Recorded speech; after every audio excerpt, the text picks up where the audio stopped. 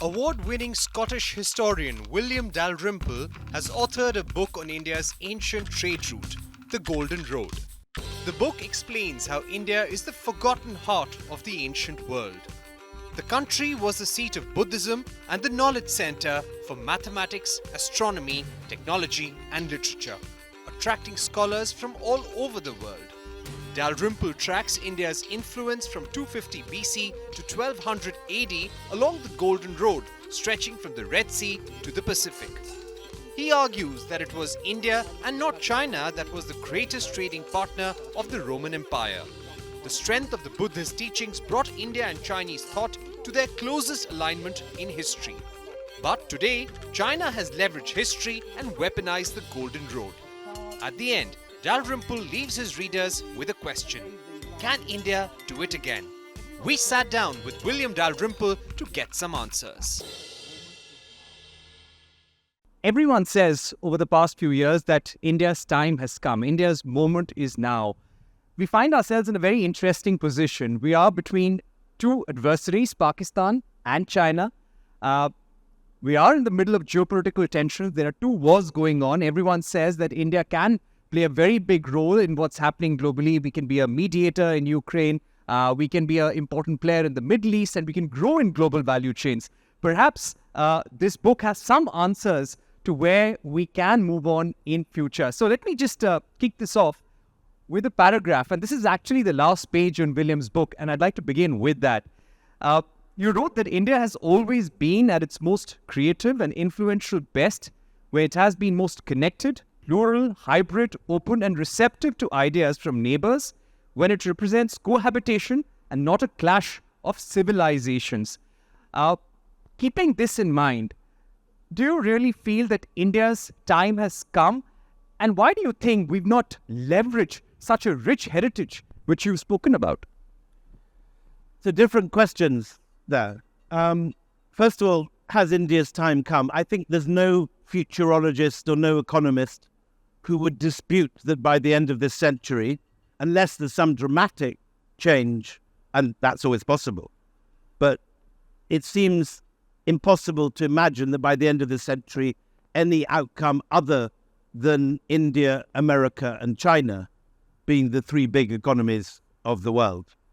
Which of those three is the biggest is an open question. If I'd been putting my money on it 10 years ago, I'd have gone and put my money on China probably, the speed at which the Chinese economy was growing, but it's faltered. And it's not growing. I was in Hong Kong over the summer, and there was a great deal of discussion about the emigration of capital from China, not just to India, to other places like Vietnam, but India was receiving a great deal. Singapore, too, was getting a lot of the business that was going to China. So I am a big optimist for the economic power of India already, but I can't see any realistic scenario where India is not one of the three biggest economies by the end of the decade. As for the second question, will India use its heritage and develop? What I think is very clear is that India was far more globalized than I think that many people realize in the early period. If you look at the Ajanta cave paintings, you see deliberately exotic depictions of Scythians, Greeks, Romans, Egyptians, various other nationalities shown with different skin colors, different clothes.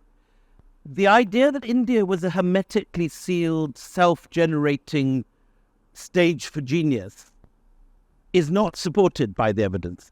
India achieved what it did by taking ideas from elsewhere, mixing it with its own ideas and taking them forward, which is what happens anywhere in the world. You don't advance miraculously with a light bulb going on. You take the current state of knowledge and you take it several stages further. So Aryabhatta and Brahmagupta are reading the works of Persians, Greeks, as well as Vedic mathematics. And it is, in my view, and others may see interpret it differently, but in my view, then as now, it's when you are most open, most humble, receptive, and open to other ideas, rather than sitting on your laurels, that you develop fastest. And if India can do that, there is no reason, in my view, that we can't see India taking as strong a role culturally as it has done already economically. Right. William, you spoke a great deal about Buddhism. I think 3 or 4 chapters of your book are focused on that. And you spoke something very interesting. You said that Buddha was open to the idea of accumulation of wealth, which he recognized as a necessary evil until such time as nirvana could be achieved. And you also said that Buddhism was a practical religion.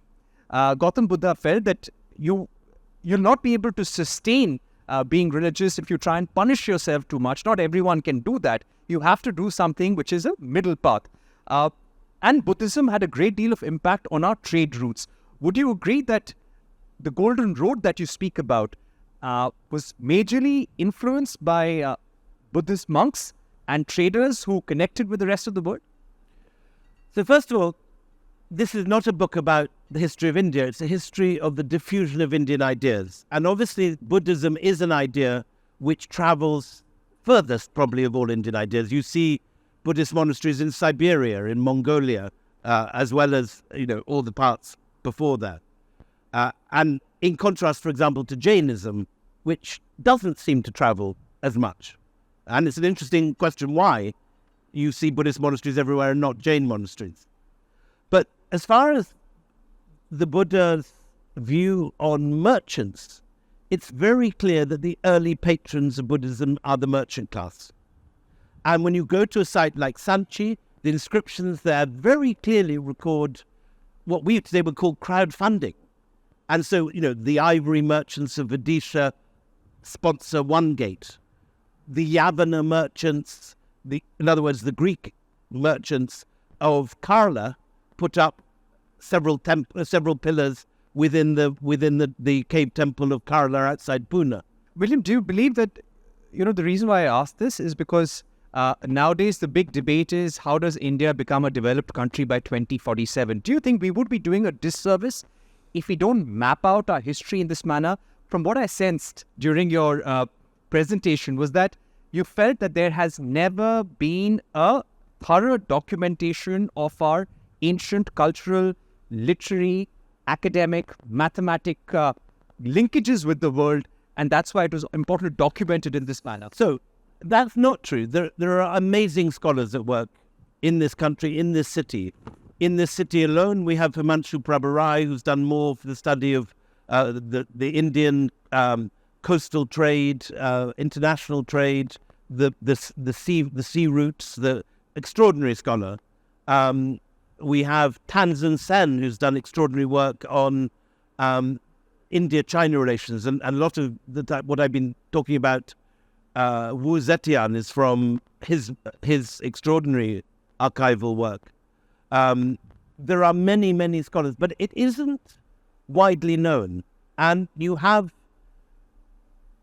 I think one of the things that is odd to me coming from where I come from in Britain is you have leading academics writing for a general audience, whether it's Stephen Greenblatt writing, the world's leading Shakespearean scholar, arguably, writing about the Swerve, which is a #1 bestseller for 6 months on the New York Times bestseller list, and also wins the Pulitzer Prize.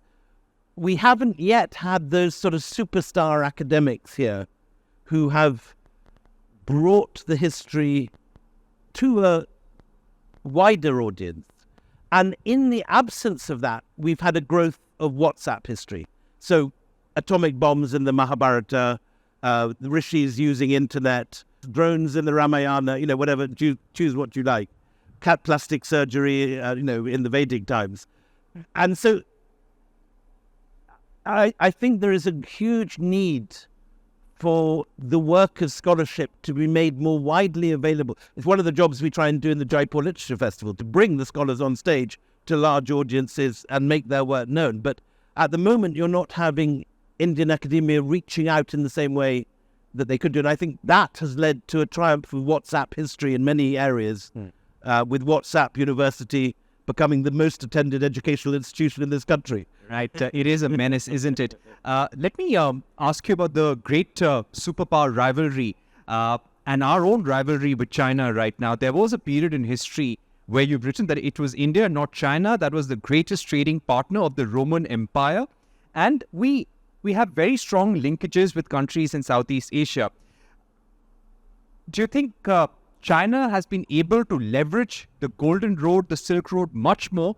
They realized this importance thousands of years ago, and this is probably one of the reasons why we have this massive rivalry standoff with China going on. So there's no question that Xi Jinping is a keen reader of history, and he has taken the idea of the Silk Road, which I think is an interesting idea in the 13th, 14th centuries, but absolutely inappropriate and historically a myth for the earlier period. And he's taken that and he's created the Belt and Road Project based on that and weaponized it. And so far there has been no Indian response to that. The MECC, which was discussed at the G20, may yet prove to be such a project, but I understand that's currently shelved because of the Gaza conflict and the Middle Eastern war.